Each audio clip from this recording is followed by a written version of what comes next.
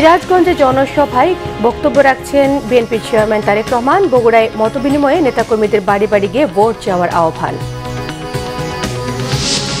মানুষ আর কোনো আধিপত্যবাদ চায় না বলেছেন জামায়াতের আমির। 14 গ্রামের জনসভায় বলেছেন, নির্বাচনে জয়ী হলে পরাজিতদেরকেও দেশ গঠনের সঙ্গী করা হবে। স্বাধীনতা বিরোধিতার জন্য জামাতকে ক্ষমা চেয়ে ভোটের আহ্বান মির্জা ফখরুলের। 17 বছর পর জনগণের হাতে দেশের ভবিষ্যৎ নির্ধারণের সুযোগ। নির্বাচন ও গণভোটে কঠোর নিরাপত্তায় সারা দেশে 37,000 বিজিবি সদস্য মোতায়েন থাকবে। নির্বাচনে মারণাস্ত্র ব্যবহারের পক্ষে নয় বিজিবি। দেখছিলেন ক্রাউন সিমেন্ট সংবাদ শিরোনাম। এবারে পুরো সংবাদ। দর্শক, সিরাজগঞ্জে জনসভায় বক্তব্য রাখছেন বিএনপি চেয়ারম্যান তারেক রহমান। আমরা সরাসরি চলে যাচ্ছি সেখানে।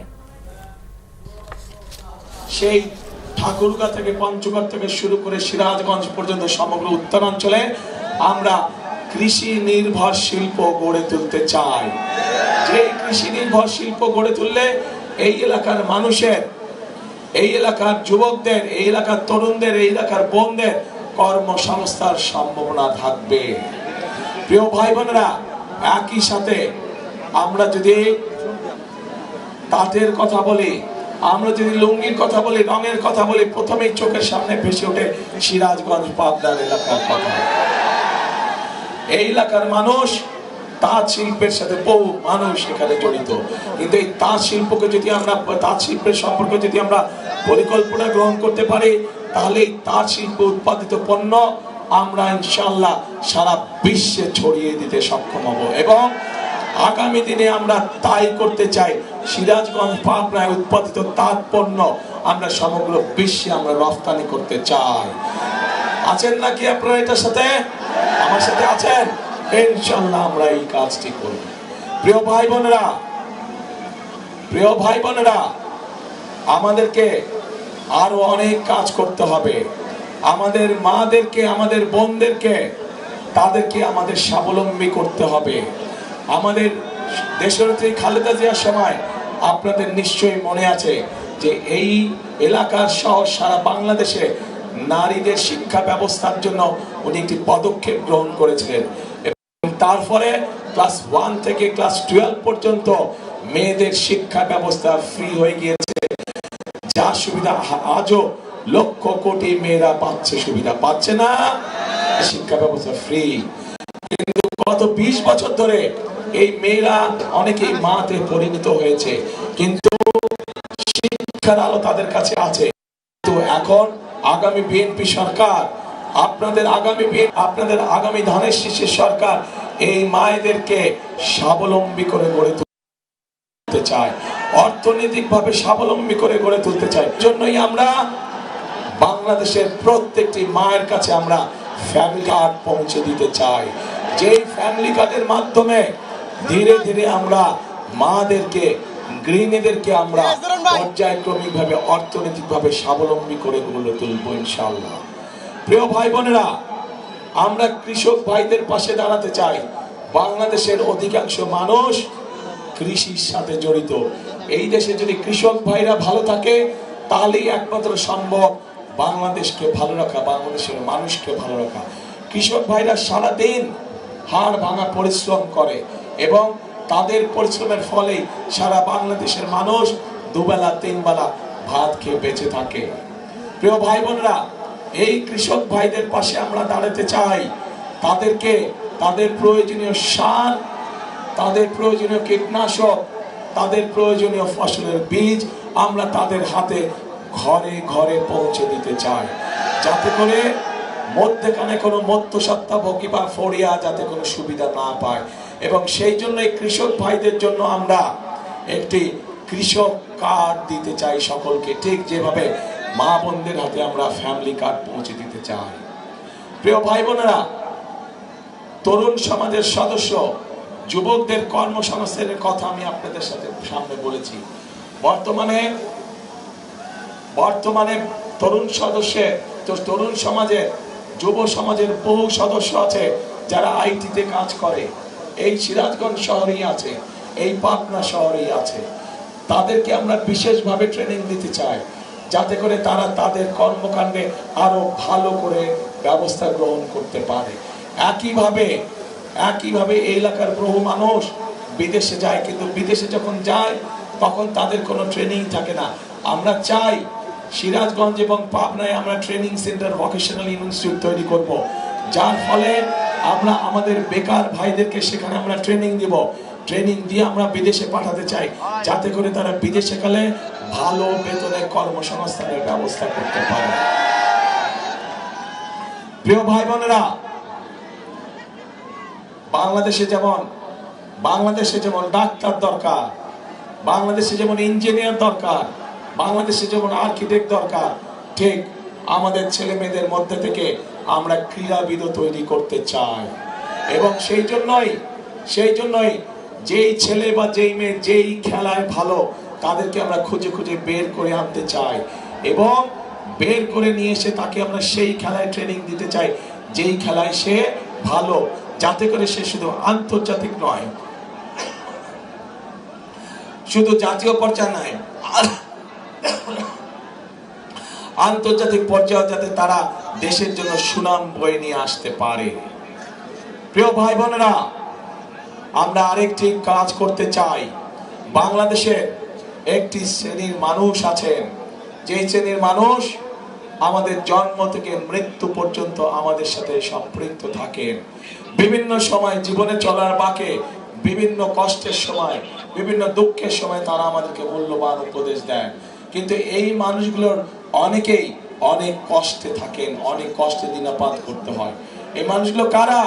এই মানুষগুলো হচ্ছে আমাদের বিভিন্ন মসজিদ, মাদ্রাসা সহ, মসজিদ মাদ্রাসার খতিব, ইমাম সাহেব সহ মুয়াজ্জিন সাহেবরা।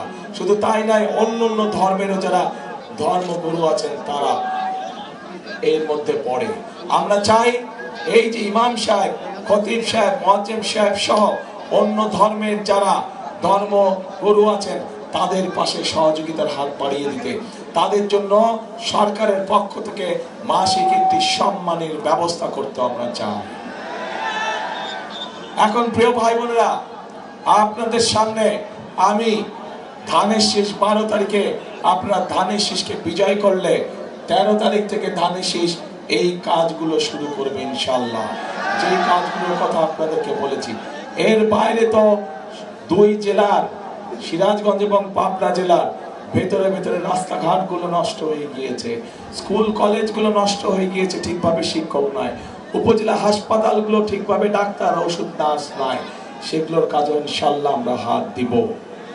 কিন্তু এই কাজগুলো করতে হলে এগুলো তো হচ্ছে বিএনপির পরিকল্পনা, বিএনপি কাজগুলো বাস্তবায়ন করবে, কিন্তু জনগণেরও তো একটি পরিকল্পনা থাকতে হবে। আমি আপনাদের কাছে জানতে চাই, আপনাদের কি পরিকল্পনা ভাই? হ্যাঁ, আপনাদের কি পরিকল্পনা? ধানের শীষে ভোট? আচ্ছা, এই যে আমার বরাবর আছেন ভাই বোনেরা, আপনাদের কি পরিকল্পনা? ধানের শীষে ভোট। আচ্ছা, আমার বাম দিকে যারা আছেন আপনাদের কি পরিকল্পনা? ধানের শীষে ভোট। আলহামদুলিল্লাহ, কালকে সারা মাঠের সব মানুষের পরিকল্পনা ধানের শীষে ভোট। ইনশাআল্লাহ ধানের শীষে ভোট দিব আমরা এবং দেশ গঠনের কাজে হাত দিব আমরা, প্রিয় ভাই বোনেরা। কারণ দেশ আমাদেরকে অনেক দিয়েছে। এই দেশের জন্য 1971 সালে লক্ষ শহীদ জীবন উৎসর্গ করেছে এই দেশের স্বাধীনতা অর্জন করার জন্য। 2024 সালের 5ই আগস্ট, জুলাই মাসে বহু মানুষ নিজের জীবন উৎসর্গ করেছে সেই স্বাধীনতাকে রক্ষার জন্য। আমরা একবার স্বাধীনতা রক্ষা করেছি, পরবর্তীতে আমরা সেই অর্জন করেছি স্বাধীনতা 71 সালে, 2024 সালে আমরা সেই স্বাধীনতাকে রক্ষা করেছি। এখন আমাদের সেই স্বাধীনতাকে, প্রিয় ভাই বোনেরা, অর্থবহ করে তুলতে হবে। কার জন্য অর্থবহ করে তুলতে হবে?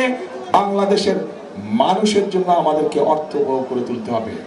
প্রিয় ভাই বোনেরা, এই যে আপনারা লক্ষ লক্ষ মানুষ যে আজ এখানে একত্রিত হয়েছেন, আজ আপনাদের সামনে দাঁড়িয়ে আমি হয়তো প্রতিপক্ষ সম্পর্কে অনেক কথা বলতে পারতাম, আপনারাও হয়তো জোরে জোরে হাততালি দিতেন, কিন্তু তাতে কি আপনাদের কোনো লাভ হতো?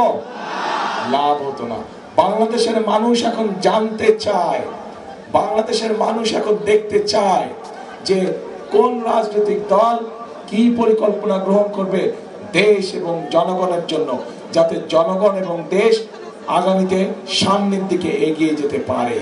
আমরা আপনাদের সামনে পরিকল্পনা দিয়েছি প্রিয় ভাই বোনেরা, বিএনপি আপনাদের সামনে পরিকল্পনা দিয়েছে এবং এই মুহূর্তে বিএনপি একমাত্র রাজনৈতিক দল যেই দলের অভিজ্ঞতা আছে কিভাবে দেশকে সুন্দরভাবে সামনের দিকে পরিচালিত করতে হয়।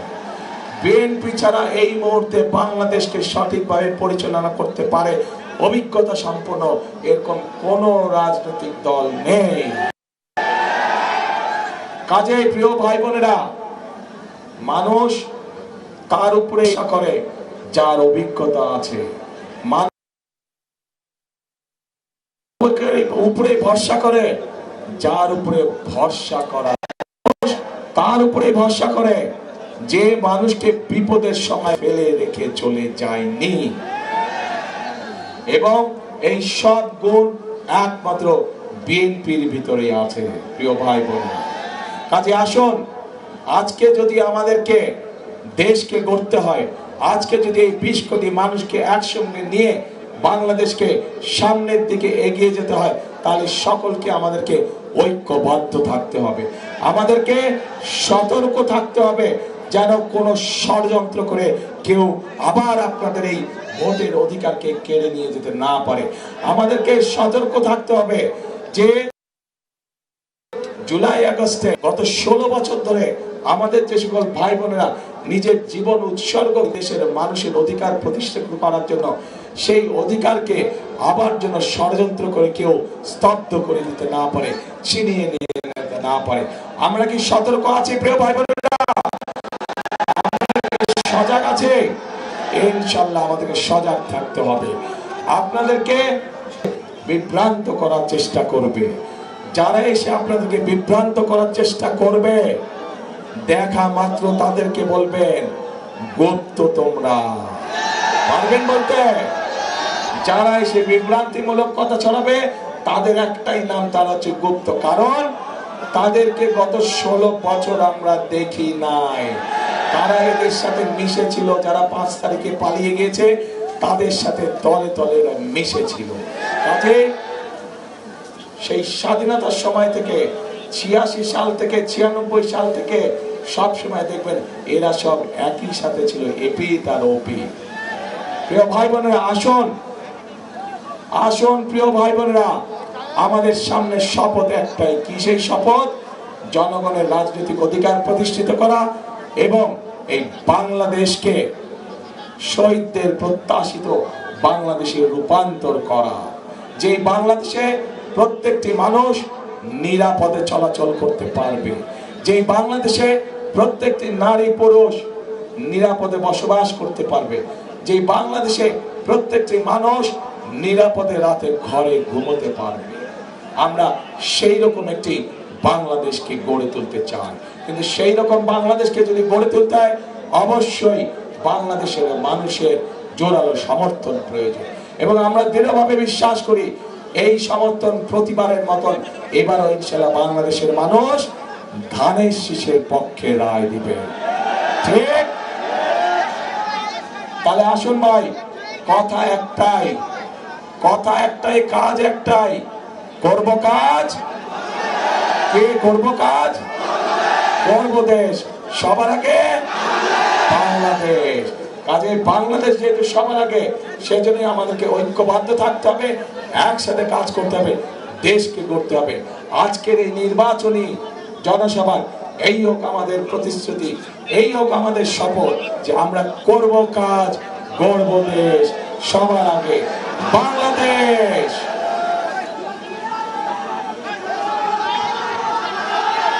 প্রিয় ভাই বোনেরা, এখন এই এলাকা সহ সিরাজগঞ্জ এলাকা সহ পাবনা জেলায় যাদেরকে আমরা উন্নয়নের দায়িত্ব দিব, আপনাদের এলাকার উন্নয়নের দায়িত্ব দিব, মাহাল করার দায়িত্ব দিব, যাদের হাতে আমরা ধানের শীষ তুলে দিয়েছি, সেই মানুষগুলোকে আপনারা চেনেন, জানেন, তারপরে আনুষ্ঠানিকভাবে আজকে আমি আপনাদের সামনে সেই মানুষগুলোকে পরিচয় করিয়ে দিচ্ছি। আপনাদের সামনে পরিচয় করিয়ে দিচ্ছি, এই মানুষদের হাতে আমরা ধানের শীষ তুলে দিয়েছি। এদেরই আগামী দিন দায়িত্ব, আপনারা তাদেরকে ভোট দিয়ে জিতিয়ে নিয়ে আসলে এদের দায়িত্ব হবে এই এলাকার মানুষের দুঃখ কষ্ট উন্নয়ন সবকিছু। দর্শক, বিএনপি চেয়ারম্যান তারেক রহমানের বক্তব্য শুনছিলেন, যা সিরাজগঞ্জের বিএনপি সমাবেশ থেকে সরাসরি সম্প্রচার করা হলো। দেশের মানুষ আর কোনো আধিপত্যবাদ চায় না বলেছেন জামায়াতে ইসলামের আমির ডাক্তার শফিকুর রহমান। বলেন, নির্বাচনে জয়ী হলে পরাজিতদেরকেও দেশ গঠনের সঙ্গী করা হবে। কোনো দলকে হজম নয়, ঐক্যবদ্ধ বাংলাদেশ গড়তে চায় 11 দলীয় জোট। কুমিল্লার 14 গ্রামে 11 দলীয় জোটের জনসভায় এসব কথা বলেন জামায়াতের আমির ডাক্তার শফিকুর রহমান। তিনি বলেন, 11 দলীয় জোট এমন দেশ গঠন করতে চায় যেখানে সব নাগরিকের জীবন, সম্পদ এবং সম্মান নিরাপদে থাকবে। ঐক্যবদ্ধ বাংলাদেশের প্রতিশ্রুতি দেন ডাক্তার শফিক। জনসভায় অংশ নিয়ে এনসিপির আহ্বায়ক নাহিদ ইসলাম জানান, কেউ নির্বাচন বানচালের চেষ্টা করলে জুলাইয়ের মতো তা প্রতিহত করা হবে। 11 দলের শীর্ষ নেতারা জানান, 24-এর পর বাংলাদেশের মানুষ দুই পরিবারতন্ত্রের রাজনৈতিক বন্দোবস্তে ফিরতে চায় না। বলেন, অভ্যুত্থানে শুরু হওয়া পরিবর্তনকে চূড়ান্ত রূপ দিতে গণভোটে হ্যাঁ জয়যুক্ত করতে হবে। স্বাধীনতায় বিরোধিতার জন্য জামায়াতকে ক্ষমা চেয়ে ভোট চাওয়ার আহ্বান জানিয়েছেন বিএনপি মহাসচিব মির্জা ফখরুল ইসলাম আলমগীর। সকালে ঠাকুরগাঁও 1 আসনে নির্বাচনী গণসংযোগে পথসভায় তিনি এসব কথা বলেন। তিনি আরও বলেন, দলের চেয়ারম্যান তারেক রহমান জানিয়েছেন, বিএনপি ক্ষমতায় গেলে 10,000 টাকা পর্যন্ত যাদের কৃষি ঋণ রয়েছে সুদসহ তা মওকুফ করে দেওয়া হবে। তারেক রহমান সাহেব তার ছেলে তিনি আসছিলেন, তিনি এসে আমাদের সামনে বলছেন যে আমাদের দল বিএনপি যদি নির্বাচিত হতে পারে তাহলে 10,000 টাকা পর্যন্ত কৃষি ঋণ যাদের আছে সুদ সহ মাফ করে দেবে। যে যারা বিএ পাস করছে, MA পাস করছে, শিক্ষিত বেকার আমাদের ভাই বোন, তাদের জন্য তিনি 18 মাসে 1 কোটি কাজের ব্যবস্থা করবেন। এগুলো শুধু কথার কথা না, তিনি এগুলো করবেন, কারণ আমরা অতীতে এগুলো করে দেখিয়েছি। বন্ধুগণ, নির্বাচন আইন শৃঙ্খলা নিয়ন্ত্রণে কোনো ধরনের মারণাস্ত্র ব্যবহারের পক্ষে নয় বিজিবি জানিয়েছেন বাহিনী Dhaka sector commander colonel SM Abul Ehsan. শনিবার সকালে বিজিবি ঢাকা বেজ ক্যাম্পে এসব কথা জানিয়েছেন তিনি। নির্বাচনকে সামনে রেখে রাজধানী মিরপুরের সুইমিং কমপ্লেক্সে অস্থায়ী বেজ ক্যাম্প স্থাপন করেছে বর্ডার গার্ড বাংলাদেশ বিজিবি। সংবাদ সম্মেলনে sector commander colonel SM Abul Ehsan জানিয়েছেন, সহিংসতা মোকাবেলায় rapid action team, quick response team ছাড়াও বিজিবির হেলিকপ্টার মোতায়েন থাকবে। নির্বাচনের দায়িত্বে দেশের 9টি জেলার 4টি সিটি কর্পোরেশনের 51টি আসনে 134 প্লাটুন বিজিবি মোতায়েন থাকবে। তৈরি করা হয়েছে 42টি বেস ক্যাম্প, থাকবে বিশেষায়িত ডগ স্কোয়াডও। তিনি জানান, সীমান্তে নিরাপত্তা নিশ্চিত রেখে নির্বাচনের দায়িত্ব পালন করবে বিজিবি। নির্বাচনী দায়িত্ব পালনে বর্ডার অরক্ষিত থাকবে না বলেও দাবি করেছেন তিনি। এই ছিল এখনকার মতো। পরের সংবাদ সন্ধ্যে 6টায়, 5টায় রয়েছে নিউজ টপ 10 দেখার আমন্ত্রণ রইল। এছাড়া বাংলাদেশের সংবাদ ও সংবাদ সংশ্লিষ্ট অনুষ্ঠান দেখতে ভিজিট করুন www.bbnews24.com, facebook.com/বাংলাদেশি নিউজে সাবস্ক্রাইব করুন, youtube.com/বাংলাদেশি নিউজ। সঙ্গে থাকে সবাইকে ধন্যবাদ।